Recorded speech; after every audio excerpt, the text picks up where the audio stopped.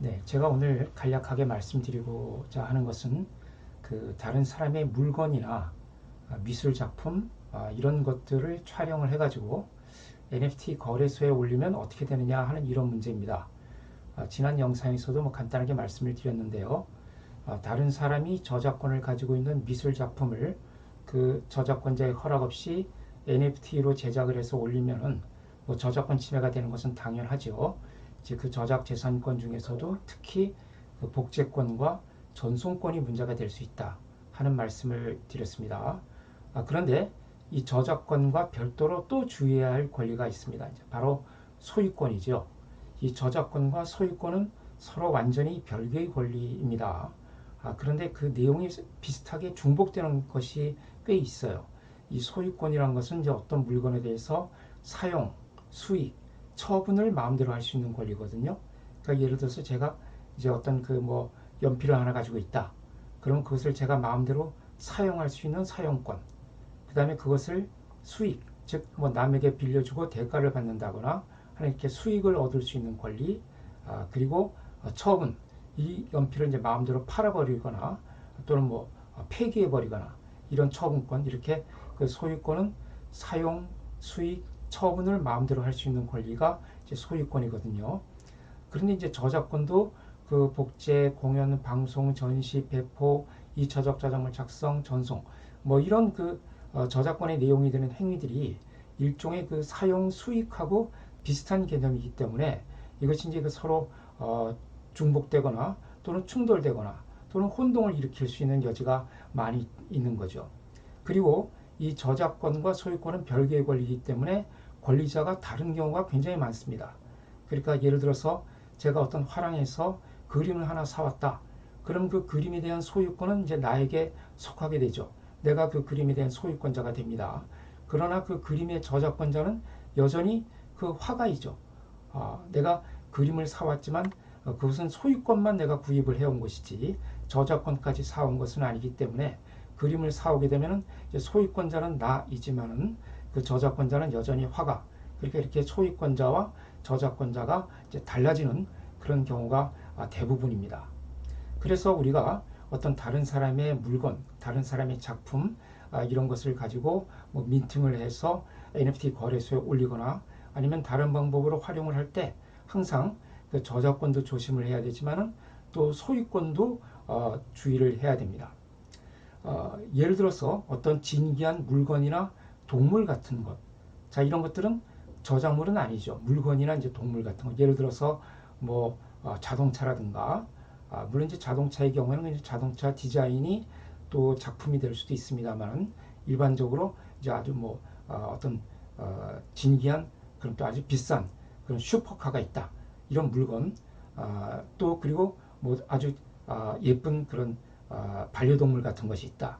자 이런 것들은 저작물이 아니라 하더라도 저작물이 아니기 때문에 저작권자는 없죠. 그러나 이런 물건이나 동물의 경우에는 이제 소유권자가 있습니다. 예를 들어서 내가 어떤 식당에 갔는데 그 식당 주차장에 아주 멋있는 슈퍼카가 하나 세워져 있더라. 그래서 내가 내 휴대폰으로 촬영을 해가지고 내 인스타그램에 올린다거나 아니면 그것을 민팅해가지고 NFT 거래소에 올려서 판매를 한다거나 또는 이제 산책을 하다 보니까 아주 예쁜 그 반려견, 애완동물이 있어요. 그래서 제가 그 반려견을 사진으로 찍어서 인스타그램에 올린다거나 아니면 이제 유튜브 영상을 올린다거나 아니면 NFT 거래소에 올린다거나 하는 행위를 해도 괜찮냐 하는 것이죠. 자, 이런 경우에 그 물건이나 동물의 경우에는 저작권자는 없지만은 작품이 아니기 때문에 저작권자는 없지만은 소유권자가 있는 거죠. 또 미술 작품의 경우에는 저작권자도 있고 소유권자도 있죠. 자, 이런 경우에 소유권자 입장에서는 그 자기 소유의 물건이나 동물 또는 미술 작품 등을 그 제3자가 허락 없이 촬영해서 이용하는 것을 금지할 수 있는 권리가 있습니다. 자, 여기에 대해서는 그 우리나라에는 아직 뚜렷한 그런 사례가 없는데요. 우리나라와 그 법 체계가 비슷한 일본에서는 이 점을 다루고 있는 그 판례가 몇 개가 있습니다. 한번 살펴보기로 할게요. 그 첫 번째 이제 말씀드릴 사건은 안진경 신첩 사건입니다. 이제 안진경이라는 사람은 제가 네이버에 검색을 해보니까 우리나라 뭐 이제 걸그룹 중에 그 안진경이라는 분이 있더라고요. 여기서 말하는 안진경은 이제 그 사람이 아니라 그 중국 당나라 시대 때 그 서예가입니다. 그 안진경 서체로 이제 유명한 중국 당나라 시대에 이제 뭐 오래된 분이죠. 안진경이 쓴 서예 작품이 있는 거예요. 근데 이 안진경의 신첩을 그 A라는 사람이 소유하고 있었어요. 그런데 B라는 사람이 그 A로부터 허락을 받아가지고 그 신첩을 사진 촬영을 해 두었습니다. 그런데 그 후에 그 A가 이 신첩을 C한테 팔았어요. 그래서 이제 소유권이 C한테로 넘어가게 됐죠. 그 상황에서 이 사진을 찍어 두었던 B가 이 신첩을 이제 복제해서 판매를 한 겁니다. 자, 그렇게 되니까 이 새로 그 신첩의 소유자가 된 C가 그 B가 이렇게 그 신첩을 복제해서 파는 것은 자기의 소유권에 대한 침해다. 사용 수익권에 대한 침해라고 해서 소송을 제기를 했습니다. 그런데 여기 대해서 법원은 이것은 그 소유권의 침해가 되지 않는다고 이제 판결을 했습니다.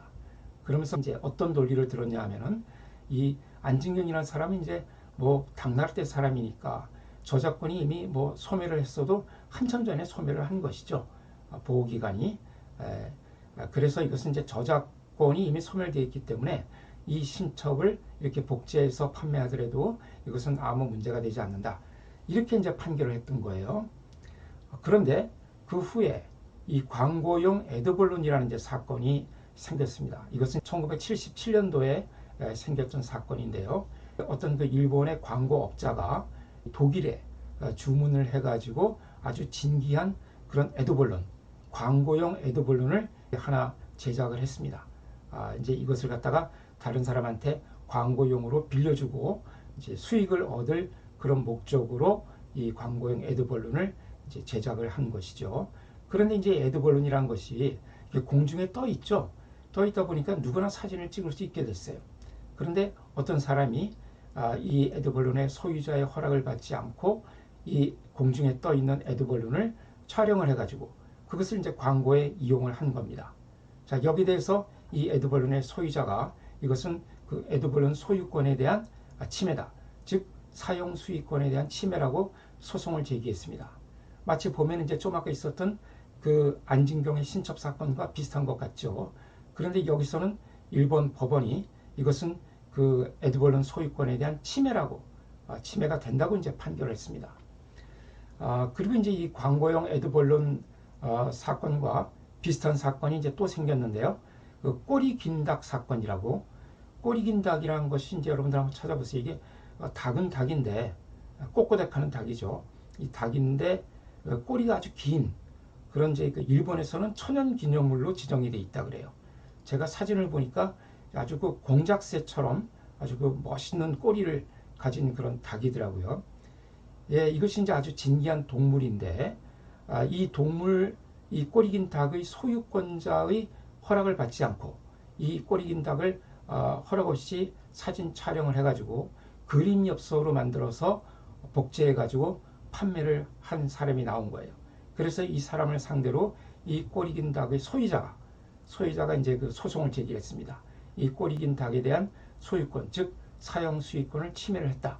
이렇게 이제 소송을 제기했는데 여기서도 일본 법원이 이 꼬리 긴 닭을 소유권자의 허락 없이 함부로 사진 촬영해서 판매하게 되면은 그것은 소유권, 즉 사용 수익권을 침해하는 것이라고 판결을 했고요.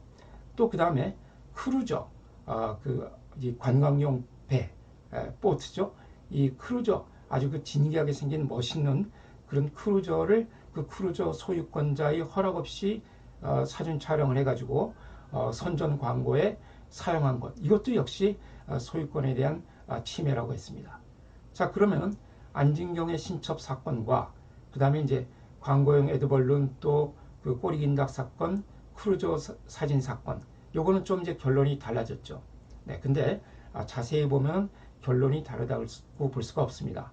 이 안진경의 신첩 사건에서 이게 침해가 아니라고 나온 것은 원래는 그 신첩이 A라는 사람이 소유하고 있었죠. 그 A의 허락을 받아서 사진을 촬영을 한 겁니다. B가.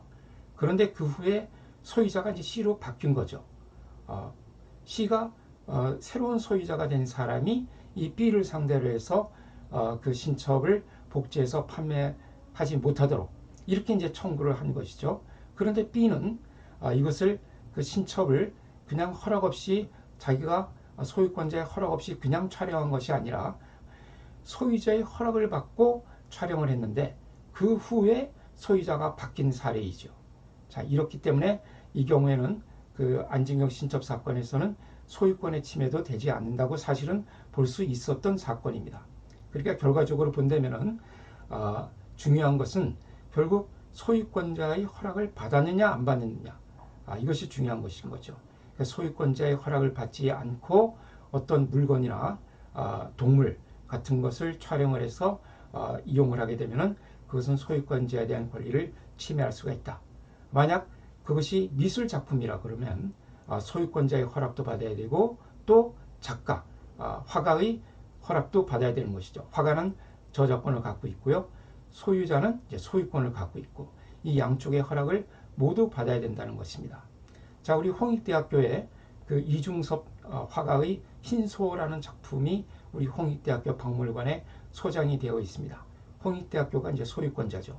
그럼 이 흰소를 사진 촬영을 해서 광고에 사용하기 위해서는 누구의 허락을 받아야 될까요? 네, 소유권자인 홍익대학교의 허락을 받아야 됩니다. 그러면 이중섭 씨의 허락은 어떻게 될까요?